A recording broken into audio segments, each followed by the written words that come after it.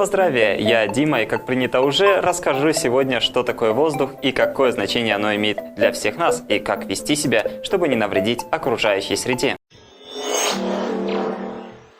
Одно из главных условий сохранности здоровья и долголетия человека – это чистый воздух. К сожалению, в современных реалиях городского бытия обеспечение чистым воздухом кажется невыполнимой миссией. Но так ли невозможно сделать воздух, которым мы дышим, чище? Все гораздо проще. Это в наших руках. Повторюсь, не оправдывайте собственный скептицизм аргументами в духе «моё участие ничего не изменит». Именно ваше равнодушие является одной из главных причин, по которой до сих пор мы дышим тем, что мы сами и производим. Мой коллега Хусрав и люди, которым данная тема не безразлична, решили вам преподнести очередной лайфхак, то бишь советы. Какой вклад может сделать каждый из нас и тем самым просто сделать воздух чище. Начнем с дома, где мы живем. Первое. Экономьте воду.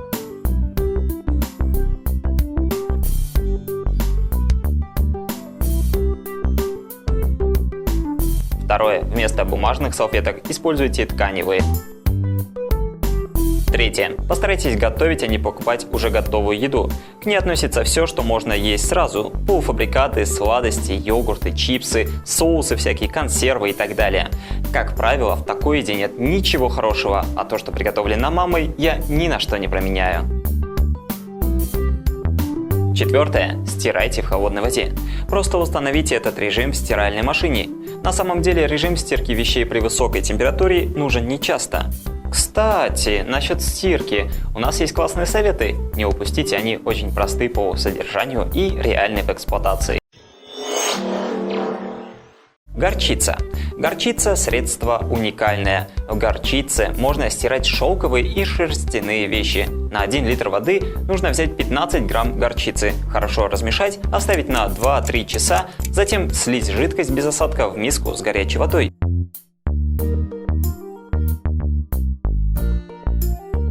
Оставшуюся в осадке горчицу снова залить горячей водой.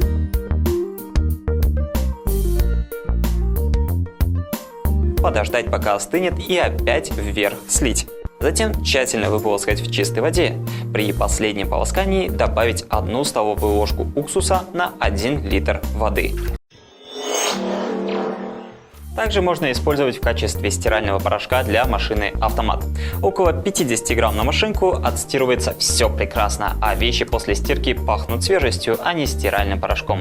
Ее нужно засыпать в автомат, только не в кювету, а сразу в белье.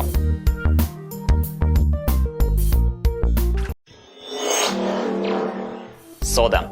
Изделия из хлопковых и льняных волокон можно стирать содой кальцинированной. Это щелочные соли. Отстирывает просто великолепно. Даже плотные льняные простыни, они становятся белоснежные. Особенно в стиральной машине, автомат. Но надо, чтобы температура стирки была от 50 до 70 градусов. Отбеливание. Отбеливать можно и без хлора. На 10 литров горячей воды можно добавить 2 столовые ложки перекиси водорода и 1 столовую ложку нашатырного спирта. Такой раствор прекрасно отбеливает любые ткани. Ну и теперь расскажем, как правильно вести себя ради чистого городского воздуха вне дома. Откажитесь от лишней упаковки, покупайте вещи с минимально возможной упаковкой. Выбирайте туалетную бумагу из макулатуры или с ее использованием. На упаковке должно быть указано из вторсырья, из переработанного материала или из вторичного волокна. Такая бумага обычно темного цвета, а зачем нам белизна? Пятницы без мяса. Раз в неделю проводите день без мяса. Поверьте, это существенно. Не забывайте пополнять рацион свежими здоровыми продуктами, когда устраиваете дни без мяса. Носите с собой хозяйственную сумку.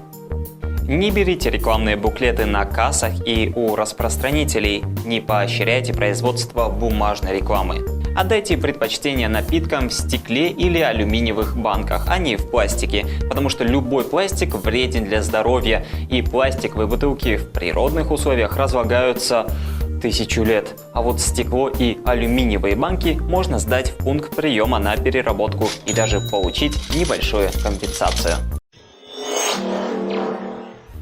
Старайтесь покупать только сезонные овощи и фрукты, и только местные. Обратите на это внимание, когда будете покупать зубную пасту в следующий раз. Надо покупать зеленым квадратиком. Мы все где-то работаем, а как в этом случае мы можем внести свой вклад в это благородное дело? Выключайте свет, электроприборы. Не стоит держать свет и электрические приборы включенными, если в этом нет необходимости. Используйте бумагу с двух сторон. Неэкономное использование бумаги – это не только вырубка лесов, но и токсичное производство. Используя ненужные листы как черновики или распечатывая документы с двух сторон, вы спасете не только лес, но и уменьшите количество опасных выбросов в атмосферу.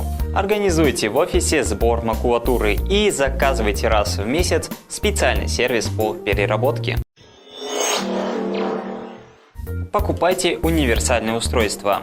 Например, обычного телефона хватает, чтобы звонить, выходить в интернет, ездить в машине с навигатором, читать книги, слушать музыку, и прослужить он может несколько лет. Мобильная связь минимальная. Для общения используйте интернет и мессенджеры. Используйте аккумуляторные батарейки. Используйте энергосберегающую лампу вместо обычной. Ходите по лестнице, даже если есть другие варианты, например, лифт или эскалатор. И последнее. Не сжигайте мусор в любом виде. Посадите дерево. Даже одно дерево поможет легче дышать, а целый сад сможет очистить огромное количество токсичного воздуха. Это были наши лайфхаки. Присмотритесь и прислушайтесь. Это полезно вам и для вашего здоровья. До новых встреч!